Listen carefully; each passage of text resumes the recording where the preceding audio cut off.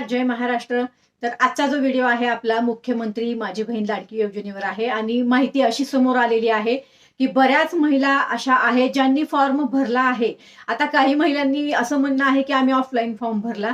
जर offline form भरला असेल तर योजनेचा लाभ तुम्हाला मिळणारच नाही, कारण ही प्रोसिजर सर्व ऑनलाईन होती. तुम्हाला तुमचा फॉर्म ऑनलाईन भरायचा होता. बऱ्याच महिलांचं असं म्हणणं आहे की ताई आम्ही फॉर्म ऑनलाईन भरलेला आहे, पण आम्ही बँकेत गेलोच नाही, आम्ही केवायसी पण केली नाही, आम्ही डीबीटी पण केली नाही. तर सर्व महिलांसाठी सांगत आहे, ज्याही लाडक्या बहिणींनी ऑनलाईन फॉर्म भरलेला आहे आणि त्या बँकेत जाऊन त्यांनी त्यांच्या अकाउंटला केवायसी आणि डीबीटी जर केलं नसेल तर त्यांना एकही हप्ता मिळणार नाही आणि कधीच मिळणार नाही जर तुम्ही केवायसी आणि डीबीटी नाही केलं. तर लवकरात लवकर तुम्ही जर केवायसी डीबीटी केलं नसेल तर करून घ्या. म्हणून हा व्हिडिओ जास्तीत जास्त महिलांपर्यंत शेअर करा. खूप महत्त्वाचा व्हिडिओ आहे. फॉर्म भरून 1 वर्ष झालं आपण डीबीटी आणि केवायसी केलंच नाही तर पैसे कसे येतील अकाउंटमध्ये.